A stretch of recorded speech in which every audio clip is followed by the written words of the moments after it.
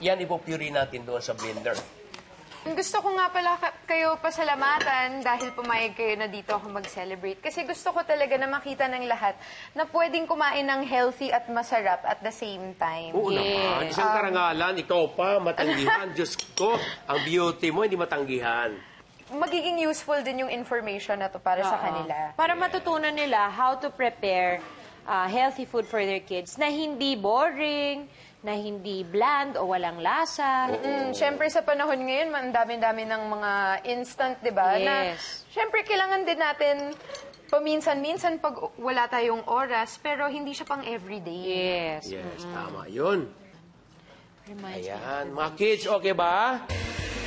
Aha. Ito yung mga gamot. Oo, lahat ng mga vegetables o kaya fruit. O, di ba?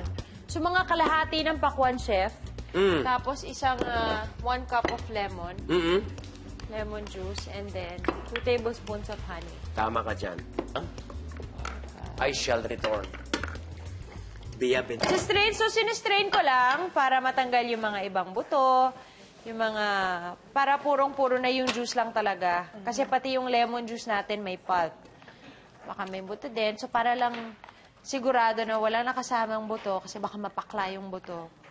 At purely juice lang. Purong-puro.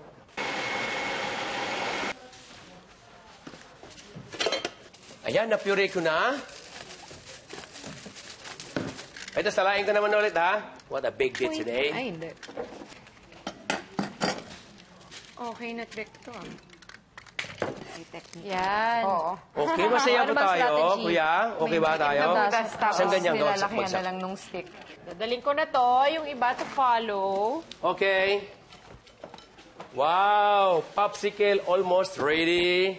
Kailangan i-advance talaga yan kasi siyempre patitigasin pa natin, no? Yun. Manini, kain na. Sarap. Kain muna. Ubusin ko to. Sige. Nainggit ako sa kanya. Mamaya na. Pag di pa sila sige, mamaya na. Sarap! Sarap. So, may honey siya. Yes. Yes. Oh, it's sarap talaga. Yung watermelon, actually, yung watermelon naman, kahit fresh lang siya, Yan. masarap na. Pero syempre, dahil nasa Pilipinas tayo at palaging mainit, bongga talaga pag Yes. frozen. Lalo na. Mismo.